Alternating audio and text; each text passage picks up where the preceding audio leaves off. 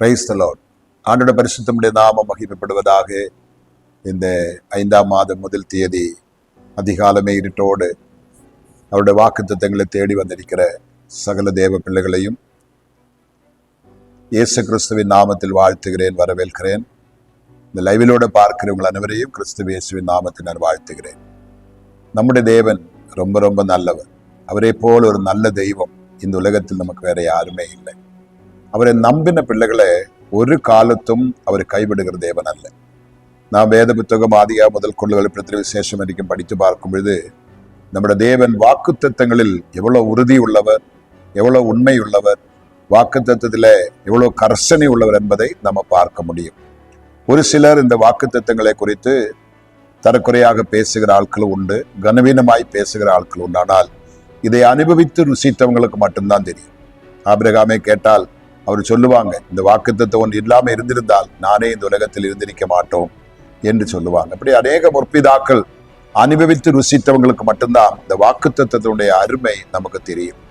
கடந்த 4 மாதங்கள் நம்ம திரும்பி பார்க்கும் பொழுது எத்தனையோ பிரச்சனைகள், எத்தனையோ போராட்டங்கள், ஒரு விதப்பட்ட கொடுமையான பயங்கள், திகிலுகள், மக்கள் எப்படி அடுத்த நிமிஷங்கள், அடுத்த நொடி எப்படி இருக்குமோ என்று ஒரு கொடுமையான ஒரு பயத்துக்குள்ளே, திகிலுக்குள்ளே மக்கள் போய்கொண்டிருக்கிறோம். ஆனால் என்ன சோதனை வந்தாலும், என்ன வேதனை வந்தாலும் நம்மை தாங்குகிறதும், நம்மளை பலப்படுத்துகிறதும், நம்மளை தைரியப்படுத்துகிறதும் தேவனோட வார்த்தை ஒன்று மட்டும்தான். அந்த வார்த்தை நம்ம நம்புகிறதுனால, நாம் அதை விசுவாசிக்கிறதுனால அதன்படி தேவன் நம்மை நடத்துகிறார்கள். கானா ஒரு கல்யாண வீட்டிலும் இயேசு கிறிஸ்துவோட தாய் வேலைக்காரை பார்த்து சொன்னது, அவர் உங்களுக்கு என்ன சொல்றாரோ அதன்படி செய்யுங்க. இப்படியான ஒவ்வொரு மாதமும் அதிகாலமே ஆண்டோட பாதத்தில் காத்திருந்து, நம்ம ஒரு கேலண்டர்ல இருந்தோ அல்ல வேற யாருடையது கேட்டு காப்பி அடித்தோ இல்லை, தேவ சமூகத்திலே காத்திருந்து அந்தந்த மாதத்துக்கு நமக்கு தேவன் என்ன தருகிறேனோ அது மட்டும்தான் நம்ம ஏற்றெடுக்கிறோம், நம்ம விசுவாசிக்கிறோம். அதை நம்புகிறபடியால் இதுவரையிலும் தேவன் நம்மை நடத்தினார், இனிமேலும் நம்மை நடத்துவாராக. ஆனபடினால இந்த மாதம் இந்த வாக்குத்தத்த ஆராதனையிலே பங்கு பெறுகிற அனைவரையும் கிறிஸ்து இயேசுவின் நாமத்தில் மறுபடியும் நான் வாழ்த்துகிறேன், வரவேற்கிறேன். நீங்கள் விசுவாசத்தோடு இதை ஏற்றெடுத்து அங்கீகரித்து செயல்படுத்தும் பொழுது, அந்த வார்த்தை அப்படியே நம்பும் பொழுது, அது மேல் நம்மளை விசுவாசமாய் நிற்கும் பொழுது தேவன் நமக்கு அற்புதத்தை செய்வார். அன்றைக்கு பேதுரு சமுத்திரத்து மேல் நடக்கணும் என்று ஆசைப்பட்டு நம்ம பார்க்கிறோம். ஆண்டவராக இயேசுவே, நீர் ஆனால் நானும் இந்த சமுத்திரத்து மேல் நடக்கணும் என்று சொல்லும்போ நீ வா என்ற ஒரு வார்த்தை இயேசு அங்க சொல்றதை பார்க்க முடியும். நம்ம நினைக்கிற பேதுரு சமுத்திரத்து மேல் நடந்தார் சொல்லி இல்லைங்க, அவர் சொன்ன வார்த்தையின் மேல்தான் பேதுரு நடந்திருக்கிறார். அதை நம்ம விசுவாசிக்கணும். அப்ப வார்த்தை எவ்வளவு உண்மை உள்ளது. அதுக்கெல்லாம் 100க்கு அதிபதி சொல்றாங்க, இந்த ஒரு வார்த்தை சொல்லுங்க கர்த்தாவே, அப்பதனோட வேலைக்காரன் பிழைக்கும். நிச்சயமா அவருடைய வார்த்தையில் எவ்வளவு பெரிய வல்லமை. அவருடைய வார்த்தை ஆதியாகம புஸ்தகம் நம்ம பார்க்கும்போது உண்டாகட்டும் என்று சொல்லும் பொழுது அந்த வார்த்தையில என்னென்ன உண்டாகட்டும் சொன்னா அத்தனை காரியங்களும் 6 நாட்களுக்குள்ள செய்து முடித்து நம்ம பார்க்கிறோமே. அப்படியான அவருடைய வார்த்தை எவ்வளவு வல்லமையுடையது, ஜீவனுடையது என்பதை நாம் விசுவாசிக்கிறோம். இந்த மாதம் தேவ சமூகத்திலே காத்திருக்கும் பொழுது அவர் கொடுத்த வாக்குத்தத்தத்தை முன்னாடி வைக்க ஆசைப்படுகிறேன்.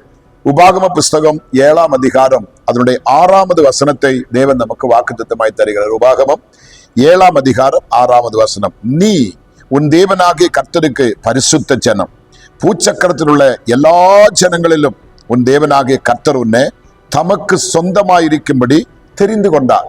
இந்த ஒரு வார்த்தை நான் படிக்கும் பொழுது, ஆண்டவர் சமூகத்தில் இருந்ததை கேட்டு வாங்கும் பொழுது எனக்கு ரொம்ப மகிழ்ச்சி. காரணம், இந்த பூச்சக்கரத்தில் எத்தனை கோடி மக்கள் இருக்கிறாங்க. நம்மளே காட்டிலும் படித்தவர்கள், நம்மளே காட்டிலும் அழகிலே சிறந்தவர்கள், ஐஸ்வர்யவான்கள், மேதைகள், ஞானிகள், பிரபுக்கள், ராஜாக்கள், இப்படி பல கோணத்தில் மக்களை கொண்டு நிரம்பிய ஒரு உலகத்துல தான் நீங்களும் நானும் வாழ்ந்து கொண்டிருக்கிறோம். இத்தனை கோடி மக்கள் வாழுகிற இந்த உலகத்துல ஆண்டு சொல்றாங்க, நீ உன் தேவனாகிய கர்த்தருக்கு பரிசுத்த ஜனம். முதலாவது நமக்கு கிடைத்தது ஆஸ்தி அல்ல, சொத்து அல்ல, சுகம் அல்ல, படிப்பு அல்ல, டிகிரி அல்ல, பட்டம் அல்ல, பதவி அல்ல. நமக்கு கிடைத்தது பரிசுத்த ஜனம் என்ற ஒரு சாப்பா நம்ம மேல குத்தப்பட்டிருக்கிறது. காரணம், பாவத்திலே உருவாக்கப்பட்டு, பாவத்திலே பிறந்து, பாவத்திலே வளர்ந்து, பாவத்தினுடைய உளையான சேத்திலே முழுகி கிடந்த என்னையும் உன்னையும் இயேசு கிறிஸ்து தூக்கி எடுத்து தன்னுடைய திரு ரத்தத்தால் நம்மை கழுவி நம்மை சுத்திகரித்து நமக்கு கொடுத்திரு மாபெரும் பெரிய பாக்கியம் தான் இந்த பாக்கியம். என்ன பாக்கியம்? நீ உன் தேவனாகிய கர்த்தருக்கு பரிசுத்த ஜனம். இதை கேட்டுக்கொண்டிருக்கிற நீங்கள் சந்தோஷிக்கணும். காரணம், இந்த பாக்கியம் நமக்கு எப்படி கிடைத்தது? எப்படி நம்மளை பரிசுத்தப்படுத்த முடியும்? இயேசு கிறிஸ்துவின் ரத்தத்தாலே அன்றி நமக்கு பரிசுத்தம் கிடையாது, பாவ மன்னிப்பும் கிடையாது. அடுத்தவங்க சொல்றாங்க பாருங்களேன், பூச்சக்கரத்தில் உள்ள எல்லா ஜனங்களிலும் உன் தேவனாகிய கர்த்தர் உன்னை தமக்கு சொந்தமாயிருக்கும்படி தெரிந்து கொண்டாரா. இரண்டாமത്തെ விஷயம் பாருங்களேன். முதலாவது, நீ உன் தேவனாகிய கர்த்தருக்கு பரிசுத்த ஜனம் என்று சொல்லி, இரண்டாவது சொல்றது, பூச்சக்கரத்தில் உள்ள எல்லா ஜனங்களிலும் உன் தேவனாகிய கர்த்தர் உன்னை தமக்கு சொந்தமாயிருக்கும்படி தெரிந்து கொண்டார்.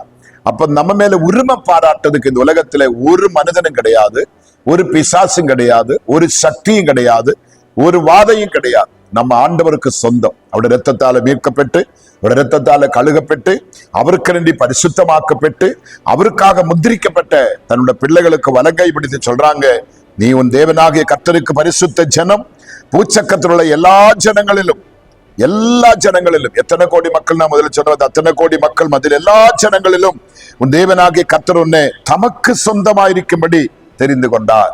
இந்த பாக்கியம் நமக்கு கிடைத்தது எவ்வளவு பெரிய ஸ்லாக்கியம். கர்த்தராகிய இயேசு கிறிஸ்து கல்வாரி சிலுவையில் நமக்காக சிந்தின ரத்தம், அவர் நமக்காக கொடுத்த ஜீவன், நமக்காக பெற்ற பாடுகள் சும்மா இல்லைங்க.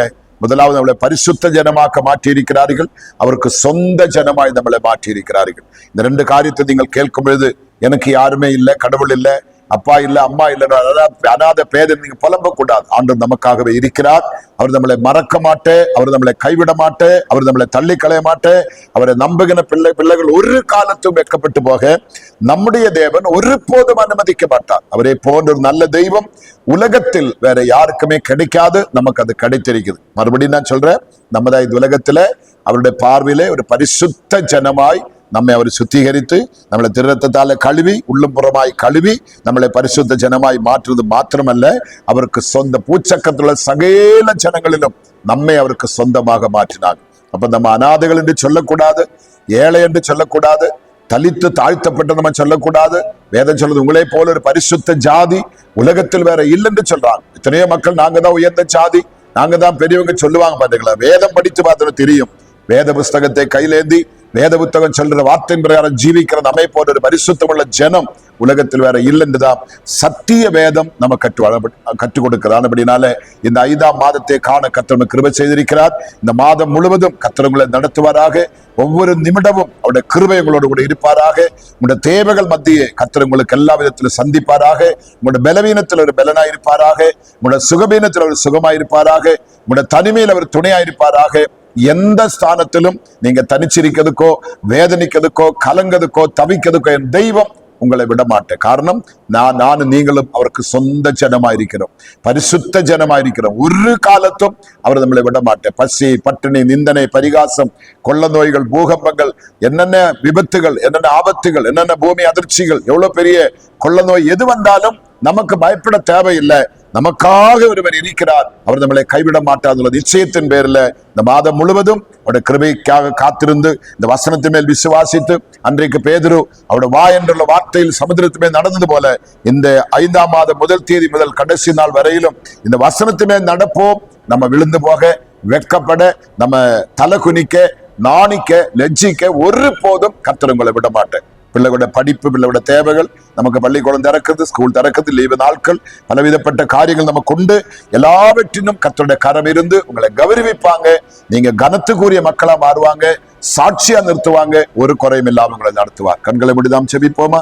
பரிசுத்தமுள்ள எங்கள் நல்ல பிதாவே, இந்த 5ஆம் மாதத்தை காண எங்களுக்கு நீ கிருபை தந்ததுக்காக ஸ்தோத்திரம். இந்த ஜெபத்திலே பங்கு பெறுகிற ஒவ்வொரு பிள்ளைகள், சபையிலும் லைவிலுமா இருந்து இதை அட்டென்ட் பண்ணுகிற ஒவ்வொருவரையும் அன்பின் கரத்தில் கொடுத்து நான் செபிக்கிறேன். இந்த வார்த்தைகளை பிள்ளைகள் பூர்ணமாய் படித்து பலப்படட்டும். நீ உன் தேவனாகிய கர்த்தருக்கு பரிசுத்த ஜனம், பூச்சக்கத்தில் உள்ள எல்லா ஜனங்களிலும் உன் தேவனாகிய கர்த்தர் உன்னை தமக்கு சொந்தம், ஆமீன், சொந்தமாகும்படி ஆமீன் தெரிந்து கொண்டார்கள். அந்த வாக்கு தத்தம் உண்மையாகவே எங்களை தைரியப்படுத்தட்டும், எங்களை பலப்படுத்தட்டும். ஆண்டவரே, நாங்கள் தேவனோடு இருக்கிறார், தேவன் எங்களோடு இருக்கிற நம்பிக்கை என் பிள்ளைகளுக்கு தருகிறதுக்காக ஸ்தோத்திரம். இது கேட்டுக்கொண்டிருக்கிற ஒவ்வொரு மக்களும் அனுகிரகிக்கப்படுவதாக, ஆசீர்வதிக்கப்படுவதாக, பலப்படுவதாக, தைரியப்படுவதாக. இந்த வார்த்தையை கேட்க உள்ளத்தில் ஒரு பெரிய விசுவாசம் அது தீ போல பற்றி எரியட்டும். ஆண்டவரே, ஒரு வெளிச்சம் உண்டாகட்டும், பிரகாசம் உண்டாகட்டும், தைரியம் உண்டாகட்டும், பலன் உண்டாகட்டும். எந்த கேடு என் மக்களுக்கு வரக்கூடாதப்பா. கடந்த 4 மாதத்தை காண 5ஆம் மாதம் மிகுந்த ஆசீர்வாதமாய் காண கர்த்தர் உதவி செய்யும். இதில் இருக்கிற அத்தனை பிள்ளைகளை அட்டன் பண்ணுகிற அத்தனை பிள்ளைகளையும், சபையில் உள்ள ஒவ்வொரு மக்களையும்,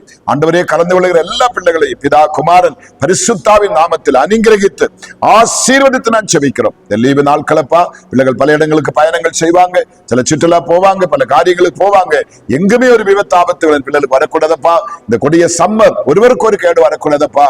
பகலிலே மேகம் என் பிள்ளைகளுக்கு பாதுகாப்பா இருக்கட்டும். அவனுடைய மகிமையுள்ள கருத்தில் ஒப்பு கொடுத்து நான் செபிக்கிறேன். எங்கே உங்களுக்கு துர்ச்செய்தி இந்த 5ஆம் மாசம் வரக்கூடாது, எந்த தீங்கும் வரக்கூடாது. இந்த ஊழியர்கள் எல்லாம் கர்த்தர் அனுக்கிரகித்து ஆசீர்வதி நன்மை அந்த தொடர்ந்து பெரிகாரத்தை செய்யும். சகல துதியும் கனவும் மகிமையும் நமக்கு ஒருவருக்கே செலுத்துகிறோம். இயேசு கிறிஸ்துவின் நாமத்தில் ஜெபங்களும் நல்ல பிதாவே. ஆமென், ஆமென், ஆமென். Okay, thank you.